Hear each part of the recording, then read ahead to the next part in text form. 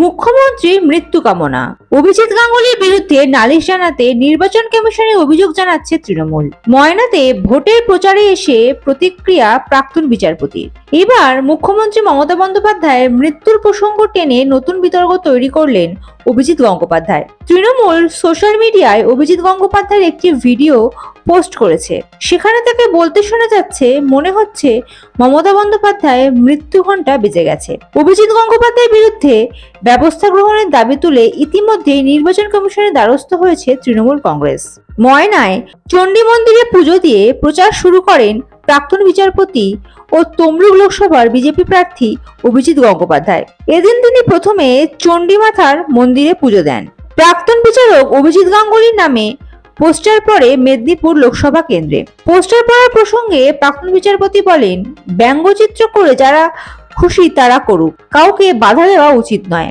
আমি এরকম বলবো না, যারা ব্যঙ্গচিত্র করছে তাদেরকে জেলে ঢুকিয়ে দেওয়া হোক। আমাদেরকে গণতন্ত্রের ভালো খারাপ সবকিছু নিয়েই চলতে হবে। অপরদিকে মুখ্যমন্ত্রী প্রসঙ্গে প্রাক্তন বিচারপতি বলেন, যদি নির্বাচন কমিশন জানতে চায় এই বিষয়ে উত্তর দেব। মুখ্যমন্ত্রী মানে তার দলের কথা বলছি, তার দলের সময় ঘনিয়ে এসেছে। ঠিক আছে,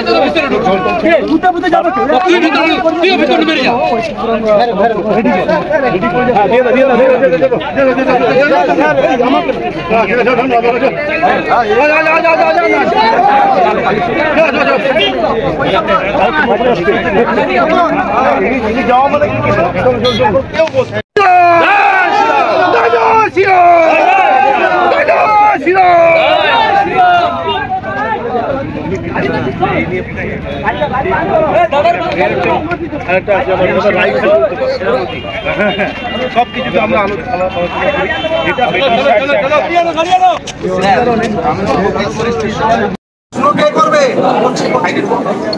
বলো দাদা,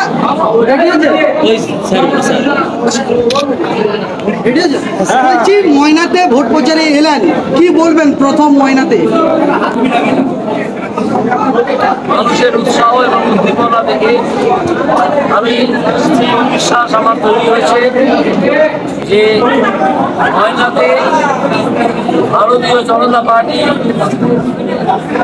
অন্য প্রতিপক্ষ দলের চেয়ে অনেক অনেক বেশি ভোট পাবে এবং আমার মনে হয়েছে যে ময়নাতে ভারতীয় জনতা পার্টির প্রার্থী অন্তত 40,000-এরও বেশি ভোটে এগিয়ে থাকে। 2019-এ লোকসভাতে বিজেপিকে সমর্থন করেছিল ময়নার মানুষ। 2021 সালে ময়না থেকে বিজেপির বিধায়ককে বিধানসভায় পাঠিয়েছিলেন। 2024-এ কি আশা করছেন? 40,000 বেশি ভোট দেবে। আগে নির্বাচনটা হোক, তারপর দেখতে পাবেন। স্যার, একটা বিষয়, আরামগড়ের খালিনা বাজার, সেখানে আপনার ছবিতে ব্যঙ্গচিত্র করে বিভিন্ন দিকে প্রচার করা হচ্ছে, কি বলবেন?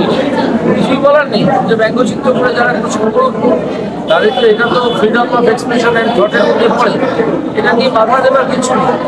আমি এরকম বলবো না যে সেই অভিকেশ মহাপাত্রকে যেরকম একটা ব্যঙ্গচিত্রের জন্য জেলে ঢুকিয়ে দেওয়া হয়েছিল সেরকম করা উচিত। এইসব করার শৈলতন্ত্রী মানসিকতা যারা, তারা আমাদের গণতন্ত্রের ভালো খারাপ সব নিয়েই চলতে হবে। মহুয়া মৈত্র ইডির সমন এড়ালেন এবং প্রচারে যাওয়ার জন্য আবার নতুন করে কথা বলবেন। আর মহুয়া তো একটা অন্যায় করেছে, এটা তো প্রমাণ হয়ে গেছে, সংসদীয় কমিটির কাছে। ইডির সমন এড়াচ্ছেন কারণ তার ভয় আছে,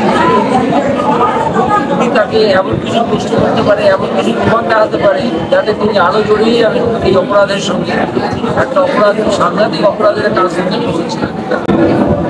বলছি স্যার, মমতা বন্দ্যোপাধ্যায়কে নিয়ে একটি টিভি চ্যানেলে করা মন্তব্য করেছিলেন আপনি, সেই মন্তব্য টুইট আকারে নির্বাচন কমিশনকে ট্যাগ করে পোস্ট করেছে তৃণমূল কংগ্রেস, কি বলবেন? করতে পারে, তাদের করতে নেই। যদি নির্বাচন কমিশন আমার কাছ থেকে জানতে চায়, আমি তার উত্তর দিয়ে। আপনি কি মনে করছেন এই মন্তব্য বিতর্কিত? মন্তব্যটা কি? মুখ্যমন্ত্রীকে আপনি যে মন্তব্য গতকাল এক টিভি চ্যানেল করেছিলেন, মন্তব্যটা কি করেছিল? মন্তব্যটা কি ছিল? যে ঘনিয়ে এসছে, মুখ্যমন্ত্রীর দিন ঘনিয়ে এসছে, মুখ্যমন্ত্রীর শেষের সময় তার দলের শেষের সময়। মুখ্যমন্ত্রী মানে তো মুখ্যমন্ত্রী নয়, মুখ্যমন্ত্রী মানে তার দল। মুখ্যমন্ত্রী কি নাম মুখ্যমন্ত্রী ব্যানার্জি, তাই না? বা মমতা ব্যানার্জিও যদি বলা হয়ে থাকে, তাহলে মমতা ব্যানার্জি মানে তার দলকে নির্দেশ করা হয়ে থাকে। সেই যাত্রা দলই হোক আর একটা কোম্পানি হোক, তার সময় ঘনিয়ে এসছে। Bureau report, ND Bangla news. সবার আগে সব খবর, সঠিক খবর পেতে ফেসবুক পেজটি ফলো করে এবং ইউটিউব চ্যানেলটি সাবস্ক্রাইব করে রাখুন আর শেয়ার করতে ভুলবেন না।